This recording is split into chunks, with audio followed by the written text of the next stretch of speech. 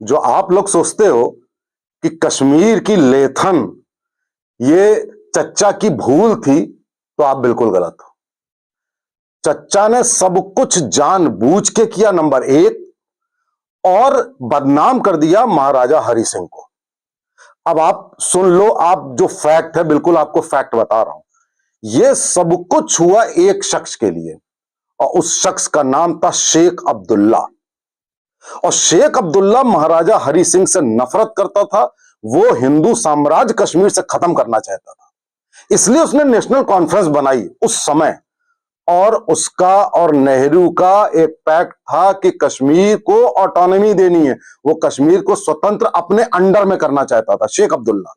और महाराजा Hari Singh as usual Hindu बेवकूफ होते हैं, वो भी ऑटोनॉमी, वो भी चाहते थे कि कश्मीर आजाद रहे, हमारे हिंदू की टेरिटरी रहे। लेकिन उन्होंने अक्टूबर 47 में विधिवत दस्तखत करके भारत में विलय करवा दिया था। जब भारत में विलय हो गया तो चच्चा को क्या जरूरत थी कि उस मामले को यूनाइटेड नेशंस में ले जाने की? वो जानबूझ के ले गए, इसलिए कि इसको डिस्प्यूटेड टेरिटरी बनाना है, शेख अब्दुल्ला को पूरा सौंपना है। यहीं तक चच्चा नहीं रुके, यहीं तक नहीं रुके।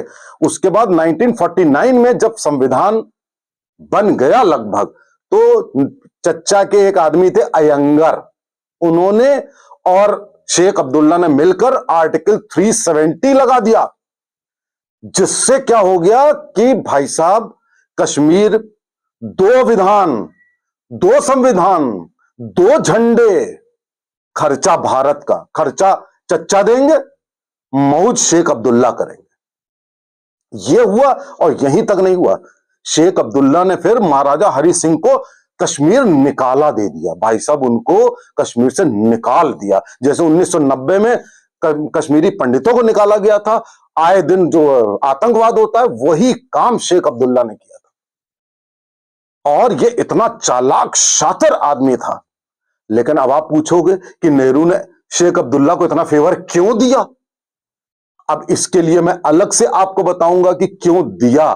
शेख अब्दुल्ला और नेहरू की क्या रिलेशनशिप थी। नेहरू नाम का दूसरा खानदान नहीं है, और शेख अब्दुल्ला और नेहरू में क्या रिलेशन था, यह मैं बाद में बताऊंगा। लेकिन कश्मीर में जो कुछ भी हुआ 370 से लेकर 35 से, सब कुछ चच्चा ने जानबूझकर कश्मीर को भारत से अलग करने के लिए किया था।